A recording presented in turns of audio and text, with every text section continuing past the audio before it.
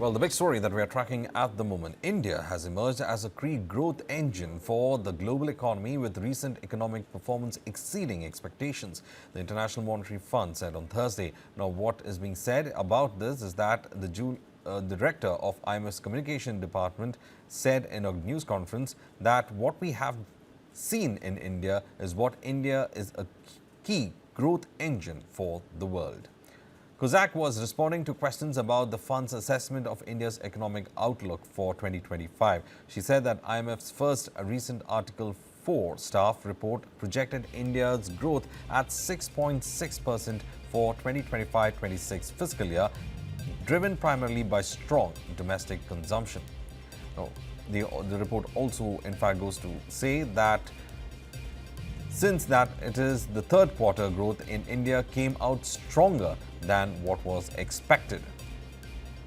The IMF is scheduled to release an updated edition of its World Economic Outlook next week, which will include revised growth projections for India and other major economies. Meanwhile, the director also emphasized that IMF's overall view of India remains positive, highlighting the country's role in supporting global economic expansion at a time when many regions continue to face uncertainty. The upcoming World Economic Outlook update is expected to offer a clearer picture of how recent economic data has reshaped the fund's outlook for India and the broader global economy. Well, now I'm joined in by Karthik Malhotra. Karthik, a good silver lining, or rather it is the biggest silver lining that we in fact see when the global chaos on economy is happening. A lot of places where stagnation has been reported, but India being the key driver of growth, as the IMF says, it also shows that India's domestic consumption is probably what is driving it, and it is robust. Much leading to the political charge-in by Rahul Gandhi that it is a dead economy, but also someone like Trump had also said that India's economy is a dead economy, but it looks like it is the most robust in the world.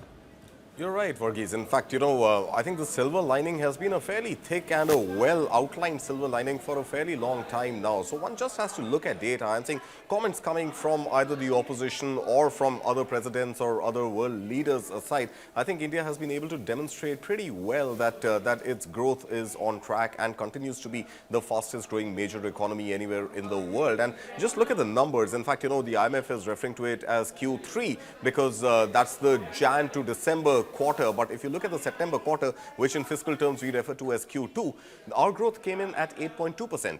Now, just the previous quarter, which is the April, May, June quarter, our growth came in at 7.8%. So for the first half of the financial year, India's growth has come in at a solid 8%. So I would suggest that, and I would tend to sort of believe that IMF is still being a little reserved when it comes to India's overall outlook for GDP expansion in this financial year.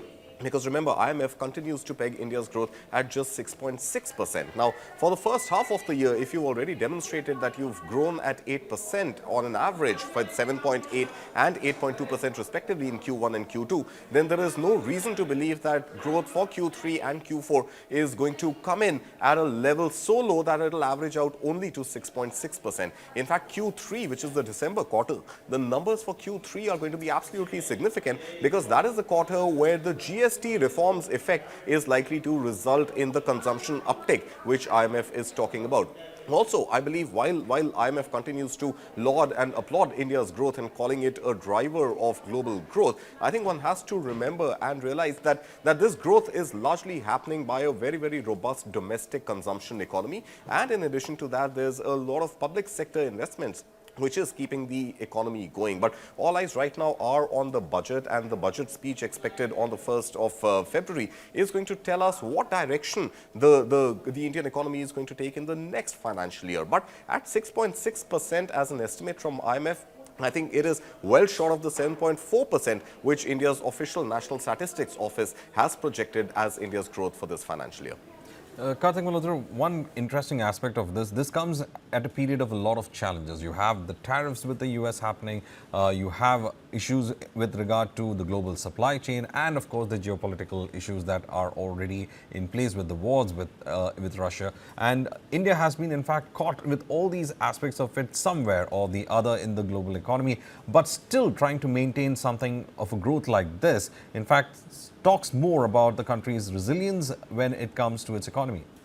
You're right. I think no doubt about it. And it's not just India. In fact, the tariff threat has been looming large on the whole world, so to speak. But India, of course, being the select few countries which are slapped with that 50% tariff, obviously makes the case a lot harder for India. But remember, while there are challenges, there are also a few opportunities which are brewing right now. And case in point being the India-EU free trade agreement, which is likely to be finalized by the end of this month when you have the European delegation, as well as our Republic Day chief guest, Ursula von der Leyen, the European Commission president, who will be here, and there are very, very good chances that India and EU will finally be able to seal and sign that free trade agreement. So overall, there are headwinds for the whole world. The entire world is dealing with almost the same variables that India is dealing with, but the fact that India's own domestic economy and India's own fundamental story continues to be robust is something which is likely to continue to see India go through with these challenging, tumultuous times, if I may call it.